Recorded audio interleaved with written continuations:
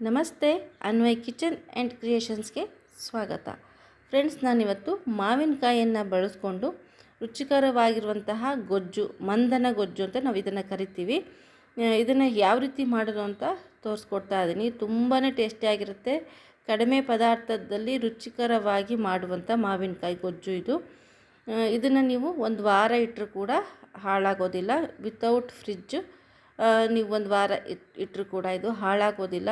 ಬಿಸಿ ಬಿಸಿ ಅನ್ನಕ್ಕೆ ಕೊಬ್ಬರಿ ಎಣ್ಣೆ ಹಾಕ್ಕೊಂಡು ತಿಂತಾಯಿದ್ರೆ ತುಂಬಾ ಚೆನ್ನಾಗಿರುತ್ತೆ. ಇದನ್ನ ಯಾವ ರೀತಿ ಮಾಡೋದು ನೋಡೋಣ. ವಿಡಿಯೋ ನೋಡೋದಕ್ಕೂ ಮುಂಚೆ ಚಾನಲ್ಗೆ ಸಬ್ಸ್ಕ್ರೈಬ್ ಮಾಡದೆ ನೋಡ್ತಾ ಇದ್ರಿ ಪ್ಲೀಸ್ ಸಬ್ಸ್ಕ್ರೈಬ್ ಮಾಡಿಕೊಂಡು ಸಪೋರ್ಟ್ ಮಾಡಿ. ನಾನಿಲ್ಲಿ ಒಂದು ಮಾವಿನಕಾಯಿನ ನೀಟಾಗಿ ವಾಶ್ ಮಾಡಿಕೊಂಡು ಸಿಪ್ಪೆನೆಲ್ಲ ತೆಕ್ಕೊಂಡು ಇವಾಗ ಸಣ್ಣದಾಗಿ ಕಟ್ ಮಾಡಿಕೊಂಡು ಅದನ್ನು ತೊಗೊಂಬರ್ತೀನಿ. ನೋಡಿ, ಈ ರೀತಿಯಾಗಿ ಸಿಪ್ಪೆ ಎಲ್ಲ ತೆಗೆದು ಸಣ್ಣದಾಗಿ ಕಟ್ ಮಾಡ್ಕೊಳ್ಳಿ.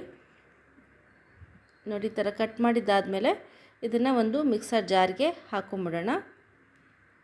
ಹಾಕ್ಕೊಂಡು ಇದ್ರ ಜೊತೆಗೆ ನಾವು ಖಾರಕ್ಕೆ ಎಷ್ಟು ಬೇಕು ಅಂತ ನೋಡಿಕೊಂಡು ಅಷ್ಟು ಹಸಿಮೆಣಸಿನ್ಕಾಯಿ ಕೂಡ ಸೇರಿಸ್ಕೊಂಬಿಡೋಣ. ನಾನಿಲ್ಲೊಂದು 6 ಹಸಿಮೆಣಸಿನ್ಕಾಯನ್ನು ಹಾಕ್ಕೊಂಡಿದ್ದೀನಿ. ಖಾರ ನೋಡಿಕೊಂಡು ಹಸಿಮೆಣಸಿನ್ಕಾಯಿ ಹಾಕ್ಕೊಳ್ಳಿ. ಚೂರೇ ಚೂರು ನೀರನ್ನು ಸೇರಿಸ್ಕೊಂಡು ಇದನ್ನ ಚೆನ್ನಾಗಿ ಪೇಸ್ಟ್ ಮಾಡಿಕೊಂಡು ಈ ರೀತಿಯಾಗಿ ನಾನು ಇದನ್ನ ರೆಡಿ ಇಟ್ಕೊತಾ ಇದ್ದೀನಿ. ಇವಾಗ ಇಲ್ಲಿ ಬೆಳ್ಳುಳ್ಳಿಯನ್ನು ನಾನು ಒಂದು ಕುಟ್ಟಾಣಿಗೆ ಹಾಕಿ ಕ್ರಷ್ ಮಾಡ್ಕೊತಾ ಇದ್ದೀನಿ. ಇದಕ್ಕೆ ಬೆಳ್ಳುಳ್ಳಿ ಸ್ವಲ್ಪ ಜಾಸ್ತಿನೇ ಹಾಕಿ ತುಂಬಾ ಚೆನ್ನಾಗಿರುತ್ತೆ.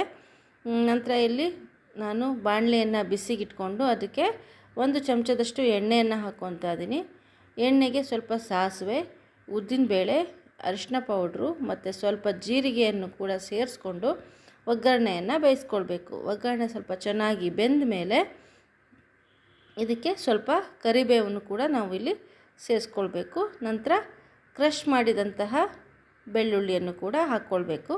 ಹಾಕ್ಕೊಂಡು ಬೆಳ್ಳುಳ್ಳಿ ಎಲ್ಲ ಸ್ವಲ್ಪ ಕಲರ್ ಚೇಂಜ್ ಆಗಬೇಕು, ಅಲ್ಲಿವರೆಗೂ ಇದನ್ನು ಸ್ವಲ್ಪ ಬಾಡಿಸ್ಕೊಳ್ಳೋಣ.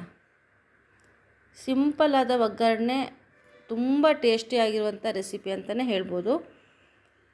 ಸೀಸನ್ನಲ್ಲಿ ಖಂಡಿತವಾಗಿಯೂ ಈ ರೆಸಿಪಿಯನ್ನು ಮಾಡ್ಕೊಳ್ಳಿ ಫ್ರೆಂಡ್ಸ್.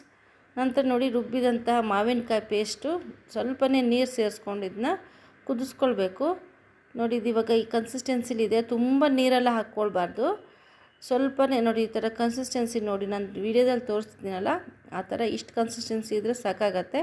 ಬೇಕು ಅಂದರೆ ಇನ್ನೊಂದು ಚೂರು ನೀರು ಸೇರಿಸ್ಕೊಳ್ಳಿ. ಚೆನ್ನಾಗಿ ಕುದಿಸಿಟ್ಕೊಂಡ್ರೆ ತುಂಬ ಒಂದು ವಾರದ ತನಕ ನೀವು ಇದನ್ನೇ ಇಟ್ಕೊಳ್ಬಹುದು. ನೋಡಿ, ಈ ರೀತಿ.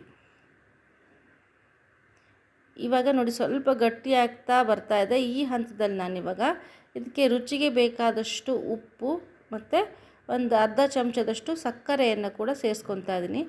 ಸಕ್ಕರೆ ಹಾಕೋದ್ರಿಂದ ಹುಳಿ ಮತ್ತು ಬ್ಯಾಲೆನ್ಸ್ ಆಗುತ್ತೆ. ಅದಕ್ಕೋಸ್ಕರ ನಾನಿಲ್ಲಿ ಒಂದು ಅರ್ಧ ಚಮಚದಷ್ಟು ಸಕ್ಕರೆಯನ್ನು ಹಾಕಿದ್ದೀನಿ. ಉಪ್ಪು ಸಕ್ಕರೆ ಹಾಕಿ ಮಿಕ್ಸ್ ಮಾಡಿ ಇನ್ನೊಂದು ಕುದಿ ಬರೆಸಿ ನಾನು ಅದನ್ನು ಇಳಿಸಿಟ್ಕೊತಾ ಇದ್ದೀನಿ.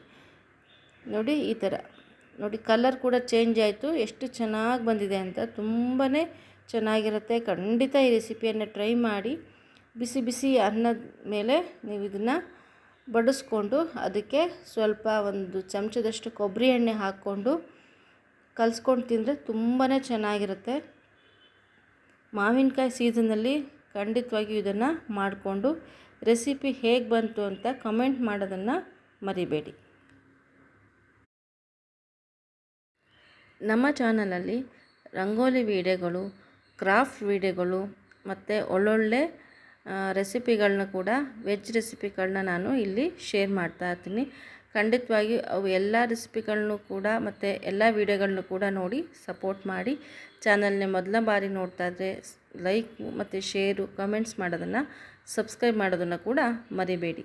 ನೋಡಿ, ಈ ರೀತಿ ಬಿಸಿ ಬಿಸಿ ಅನ್ನದ ಮೇಲೆ ಈ ಗೊಜ್ಜನ್ನು ಹಾಕ್ಕೊಂಡು ಸ್ವಲ್ಪ ಕೊಬ್ಬರಿ ಎಣ್ಣೆ ಹಾಕ್ಕೊಂಡು ತಿಂದರೆ ತುಂಬಾ ಚೆನ್ನಾಗಿರುತ್ತೆ.